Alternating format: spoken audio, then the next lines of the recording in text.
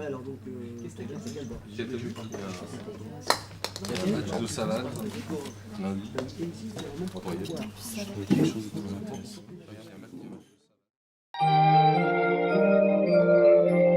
Bon matin, notre pause café. Je ne sais pas si vous vous rappelez de cette musique. Ça vous dit quelque chose? En voyant sur le perron, hein? Une vieille chanson du Québec, je pense que vous la connaissez tous pas mal. Peut-être que cet été, on va être pas mal sur le perron, hein? On va être en moins de voyages, en moins de déplacements. Alors figurez-vous que c'est c'est l'idée un peu qui est derrière la nouvelle rubrique que j'entame aujourd'hui pour vous, avec vous. Ce sont des rencontres que durant les semaines qui viennent, durant l'été, de manière occasionnelle, je ne peux pas vous promettre que ça va être chaque semaine, au gré même des personnes que vous allez me suggérer. On ne peut plus aller sur nos parvis, n'est-ce pas? Pour le moment, nos parvis sont un peu limités, mais on peut aller sur nos perrons. Et donc l'idée, c'est que à 6 pieds de distance, à 2 mètres de distance, de pouvoir rencontrer des gens, des personnes significatives de notre région, de notre diocèse, des gens, des personnes seules, des familles, les gens que vous me proposerez peut-être, de belles rencontres que je vais vous proposer, comme celle que j'ai faite hier avec Diane Terrien. Diane, vous la connaissez, certains d'entre vous la connaissent de Cowansville, très très très impliquée dans son milieu de multiples manières et notamment pour l'accompagnement des personnes endeuillées. Alors, je ne suis pas plus long, on va prendre le café avec Diane, non pas pour une première sur son perron, parce qu'il y avait tellement de trafic devant chez elle qu'on n'aurait pas pu entendre ce qu'elle avait à nous partager, mais plutôt à quelques pas de son perron, près de au comptoir de la cuisine. Voilà, une belle rencontre avec Diane Terrien. Bonne journée.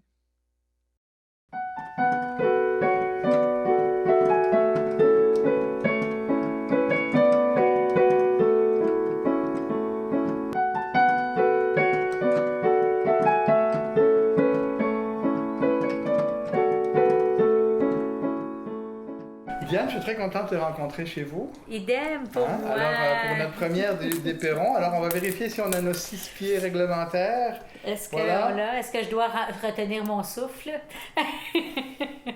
Eh bien, on y est presque, voilà, 6 pieds, oui. On y est, c'est correct. C'est merveilleux. On est vraiment à la bonne longueur. Donc, vous voyez, on respecte les 6 pieds comme de règle. Merci de nous recevoir, non pas sur ton perron comme je l'aurais souhaité, mais chez vous parce que tu habites à côté d'un endroit très fréquenté en termes de voitures. Oui, c'est ça. Et alors, on ne voudrait pas que nos spectateurs voient simplement entendre un son d'auto plutôt que Diane. Comment vas-tu? Je vais bien, oui, je vais bien. Je m'occupe beaucoup je m'occupe beaucoup d'aller bien. En fait, parce qu'il y a des journées où je sens vraiment l'anxiété monter en moi très souvent, mais on a des consignes claires, prendre l'air, prendre du temps pour soi, prendre du temps en famille. Alors, avec toutes ces belles consignes-là, ça va bien. Comment tu as occupé ton temps dans ce temps de confinement, si la question n'est pas trop indiscrète? J'ai beaucoup pris soin des autres parce que j'ai les filles à la maison, je suis une maman, alors, puis moi, je vous dirais que avant, je disais mon laboratoire, mais là, je vous dirais que ma chapelle, on a parlé de chapelle tantôt, mais moi, ma chapelle, c'est ma cuisine. J'ai pas d'endroit dans la maison, en tout cas, où j'ai pu me faire un petit coin pour prier parce que cet endroit-là est dehors, est à l'extérieur. Mais vraiment, en prenant soin des autres, en préparant avec soin des repas appréciés, en prenant du temps pour jardiner, j'ai beaucoup travaillé la terre, puis moi, c'est mes façons de me recentrer en fait sur l'essentiel, sur cet amour de Dieu qui m'habite. De prendre soin de toi. Oui, oui. Donc toi, tu jardines plein de belles choses, des légumes, moi, fruits. je fais pousser tout ce qui a des racines. Si j'achète des fines herbes qui ont des racines, je vais les replanter. La même chose pour les oignons verts, mais là, j'ai planté beaucoup. J'ai fait des expériences avec les fruits qu'on mangeait. Je faisais sécher les grains. J'ai fait pousser, mais là, avec le beau temps, tout a été planté. Alors, en espérant que ça pousse, que ça porte du fruit, puis qu'on pourra après partager. Et les racines, justement, c'est quelque chose, je sais que tu en parlais il y a quelques minutes, c'est quelque chose qui te tient à cœur. Mhm. Habituellement, on a des racines très claires dans nos manières de vivre, dans nos rites, dans nos manières de mourir aussi. Ouais. Puis ces racines-là, ce temps-ci, elles sont un peu explosées. En fait, ont besoin d'être bien enracinés, hein, parce que les gens passent à travers des étapes du deuil, prennent la route du chemin du deuil d'une façon complètement différente. On est un peu même désorienté.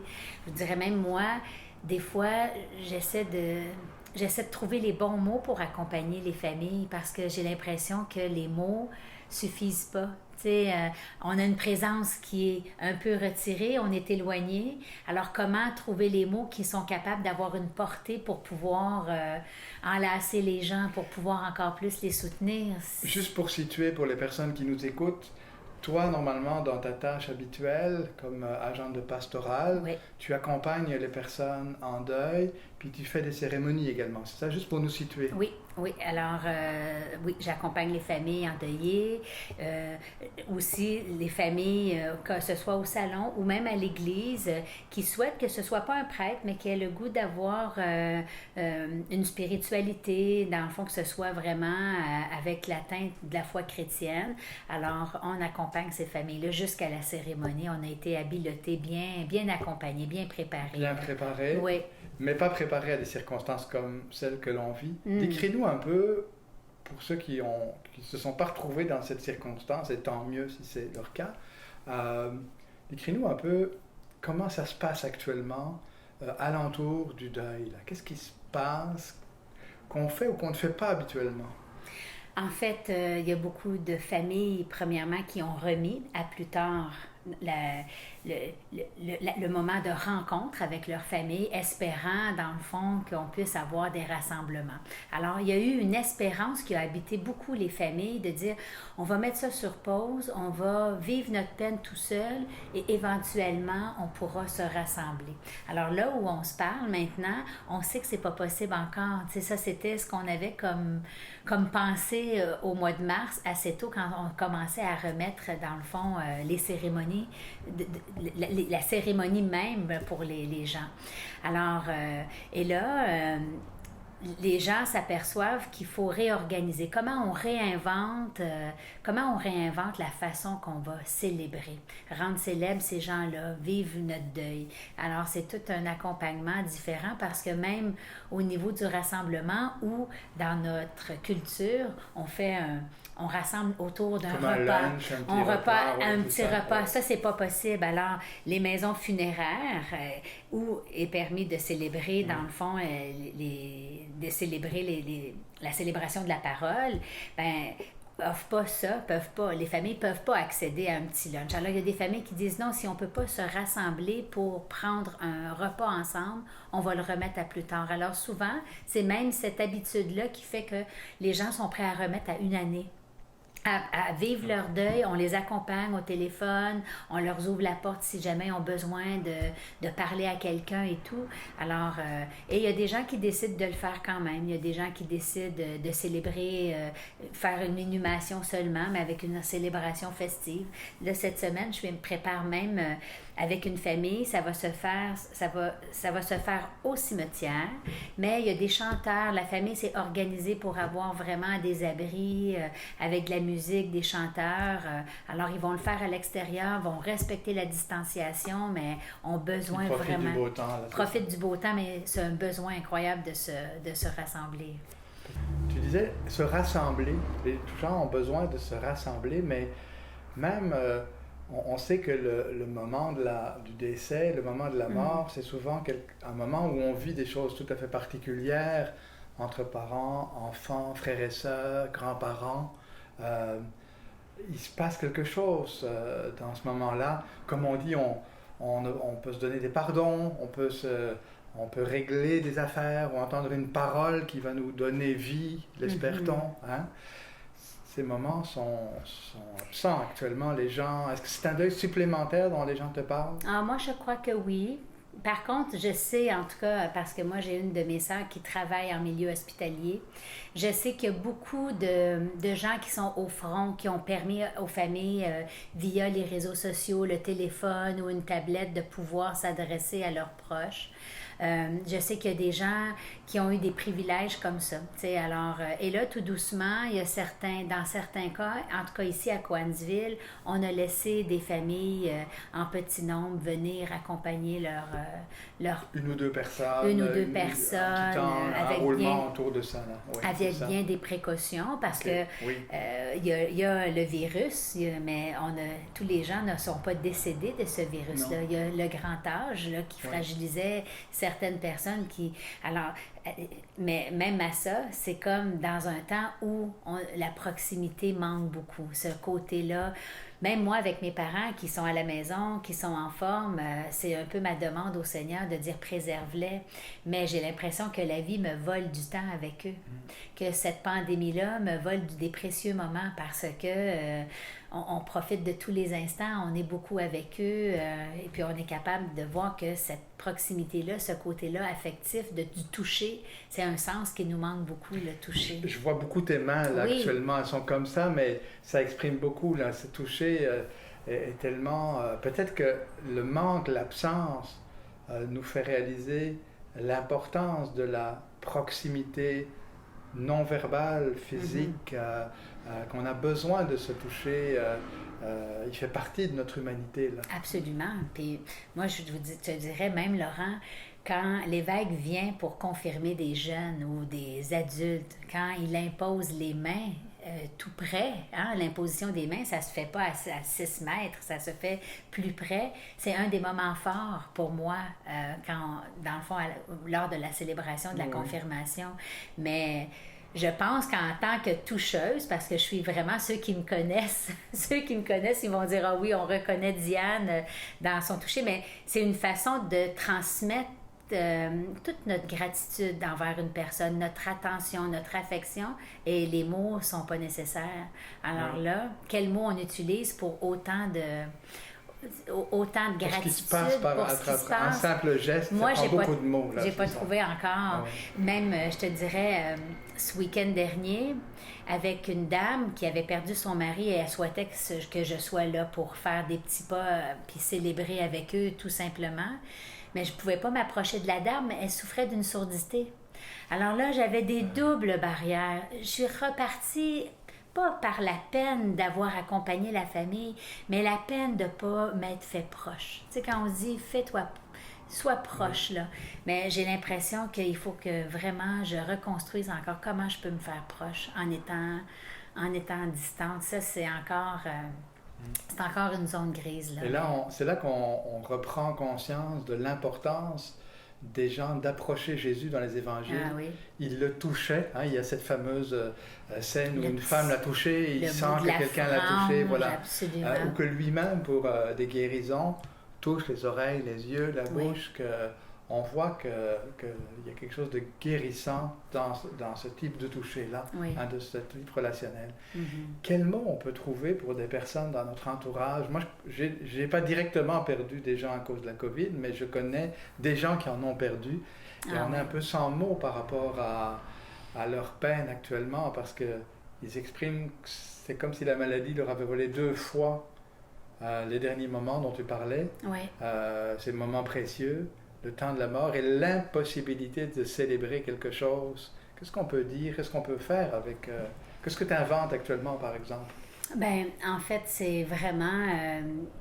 j'ai lu dans l'envoi l'article de Monseigneur, puis c'est vraiment de reprendre au niveau, moi, je trouve, de l'espérance. Alors, dans l'espérance...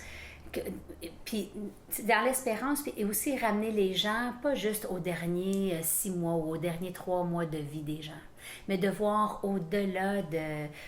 Il faut vraiment voir plus loin, se remémorer le avant. Parce que sinon, on ne peut pas juste être dans la peine du moment, là, dans la distance qu'il y a eu entre la personne décédée et la personne qui est là à pleurer, cette personne-là. Et je dis souvent aux gens, et ça me vient de mon ami Danick Savaria, c'est un peu lui qui m'a formée avec l'abbé André Vincent, qui ont été un peu mes formateurs sur le terrain. Danick me disait un jour, c'est important quand on regarde une pierre tombale, souvent on a notre date de naissance puis notre date de décès. C'est ces deux dates-là qui ressortent. Alors là, c'est important de regarder le petit trait d'union. Alors je dis aux familles, on ne va pas regarder juste la date du décès, mais le trait d'union qui aura ces deux dates-là, c'est toute notre histoire. C'est gorgé de tous nos souvenirs. Alors je ramène les gens un peu plus loin pour dépasser à l'avant-pandémie, pour vraiment aller chercher du positif, parce que je veux pas parler de ce qu'on parle toujours, là. Je n'entre pas dans le décès à cause de la COVID. Oui. J'entre pas là-dedans. J'entre pas là-dedans, mais je pense vraiment, je les ramène un peu plus loin, dans les bons souvenirs. Comme dans les moins bons, parce qu'il y avait des moins bons souvenirs aussi avant, mais dans cette espérance-là que c'est ce qui nous restera. Et c'est pas les derniers mois qu'on vient de passer ou la dernière année. On dira ça dans peu de temps, mais je les ramène un peu un peu avant, dans ce qui fait, au fond, la vie courante, la vie qu'on peut avoir. On dit souvent qu'on meurt comme on vit. Est-ce que la manière dont notre société vit la mort, est-ce que ça reflète pour toi quelque chose de la manière dont elle vit et qui lui reviennent peut-être comme des questions, comme Je sais pas, je trouvais... C'est une bonne question, Laurent. Faudrait que... J'aurais mis un peu plus de temps pour réfléchir à la question, mais je trouvais que depuis quelques années, les familles se hâtaient pour vivre le deuil de là, pour compléter, si on veut, tout le processus du deuil, du décès de la personne à l'inhumation. Là, les familles étaient vraiment, des fois, ça se faisait dans 2 jours, tout était fait. J'ai même vu des familles 1 journée. J'ai le sentiment que maintenant, du fait qu'on doit remettre des dates, qu'on doit repousser, ou qu'on doit juste prendre conscience que maintenant on ne peut pas le faire et que ça nous tient beaucoup à cœur, j'ai ce sentiment-là qu'on va s'ouvrir, que ça va nous ouvrir à être plus attentionné de comment on veut vivre le deuil d'une personne. Tu sais, dans le fond, de prendre le temps de bien vivre le deuil, le temps de... Juste le temps de bien le vivre et de pas de prendre le temps d'avoir de la peine. J'avais souvent ce sentiment-là que les gens, on veut pas avoir de peine. Plus on va vite, on a le sentiment que tout ça, ça va se régler puis que c'est correct, ça va revenir à la normale. Et là, les gens veulent pas revenir à la normale. Ils veulent recommencer à parler de... Ils me reparlent de petits détails, de beaucoup de détails, et ils n'ont pas le goût que ça aille trop vite, là. Parce qu'on a du temps, hein? C'est en temps de pandémie. Avec les congés forcés que certains ont actuellement. Exact. Le travail qui manque. Est-ce que c'est quelque chose qui, dans le contexte, t'inquiète aussi, ces changements, ces bouleversements économiques? Parce que même au sein de l'Église, on sait que beaucoup de gens se sont trouvés sans travail pour une durée vraiment indéterminée. Comment tu vis ça? Comment tu vis cette situation-là? Ben, c'est sûr que ça m'inquiète un peu. Je peux pas dire que ça m'inquiète pas, mais en même temps, je suis pleine d'espérance. Je sais, j'ai confiance que tout ça va revenir autrement. Comment ça va revenir, je ne sais pas, mais je trouve qu'il y a tellement de beaux positifs dans plein de choses que je vois plus le positif que le négatif présentement. Mais j'ai des bonnes attitudes au bonheur. À la résilience, oui, au bonheur. Oui, puis même s'il y a des jours où ça va pas du tout, là, je suis pas toujours de bonne humeur, mais je vois plus de positif dans plein de choses, même au niveau des familles, au sein des familles. Moi, je prends juste ma relation avec mes filles. Jamais j'aurais pensé qu'avec mes grandes qui sont presque des adultes, ben ils le sont, là, mais pour moi, c'est encore mes petites, mais j'aurais pas pensé qu'on pouvait vivre des beaux moments comme ça encore. Alors, vraiment... On aurait voulu les avoir à la maison pendant 1 semaine, c'était impossible à cause de leur agenda et d'une autre. Oui. Et là, tout d'un coup, les agendas étaient vides et on a pu être ensemble. J'espère vraiment que les gens seront bien, que plein de gens, mais je sais que toutes les souffrances aussi, toutes les peines puis les souffrances que les gens ont apportées, c'est pas simple, mais je souhaite vraiment du bien à tous ces gens-là.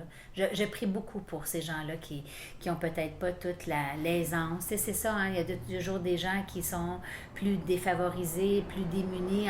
Puis là, je parle de toutes sortes de formes de situations de pauvreté, là, mais j'espère juste qu'on saura combler nos pauvretés, qu'on sera capable de pouvoir trouver les outils, puis se relever de ça ensemble. Là. Ouais. Merci beaucoup, Diane. Ça a été vraiment un plaisir de te rencontrer. Non point sur ton perron, comme je voulais le faire, dans la cuisine, mais avec le 6 pieds de distance. Et voilà. Puis, si tu connais, si les auditeurs, spectateurs connaissent des gens qui seraient prêts à nous recevoir sur leur perron pour prendre de leurs nouvelles et aussi partager un peu leurs bonnes nouvelles, leur espérance qu'ils portent au cœur, ce qu'ils ont appris dans ces circonstances-là, eh bien, on vous attend. À bientôt. Merci. Merci.